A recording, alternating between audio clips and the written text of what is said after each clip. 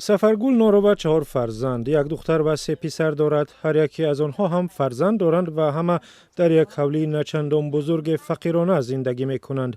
با بزرگتر شدن اهل عائله احتیاج به خانه و قطعه زمین هم زیادتر شده است تا پسران صاحب سرپناهی الهیده شوند.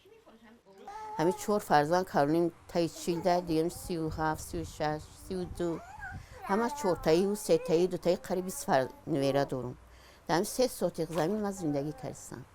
در همین 3 سوتیق زندگی کردم. من ای 2004 انتظار زمینم 2006 و جنابی جمهوربان عریضه خطی کردم که من 3 سوتیق زمین تی جواب خط شما رفتم داو کردم چند سال داو کردم رفتم آخرم به اساسمون زمین ندادن. متخصصان و خود مقامات هم گفتند که یک سبب کم بیزاتی بیکاری و مهاجرت زیاد سرفرزندی در تاجیکستان است. در 10 ساله گذشته افزایش اهالی در تاجیکستان بیشتر از 22% را تشکیل داده است. به سبب کم بیزاتی و امکانات محدود اقتصادی تولد هم به تدریج کمتر شده است، هرچند در بعضی مناطق همچنان زیاد میماند. مقامات میگویند هدف برنامه دولتی حفظ سلامتی زنان و دختران است و نه از این بیشتر.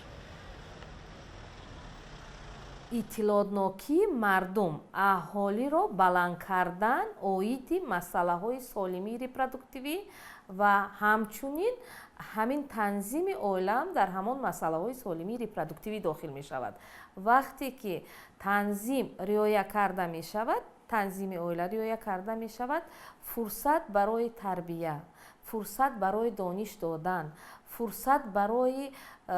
فرصت برای درست تربیت کردن باقی میماند، میگویند مقامات و متخصصان.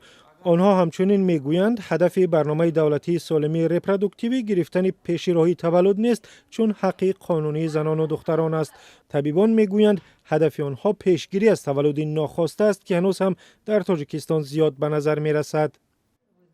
قریب 40% زنان از کمخونی اذیت میکشند. یعنی که камхунӣ ба маъное ки нодуруст қабул кардани ғизо, такрор ба такрор таваллуд кардан, такрар ба такрор исқоти ҳамл кардан ва наминоам оварда ба камхунӣ мерасонанд.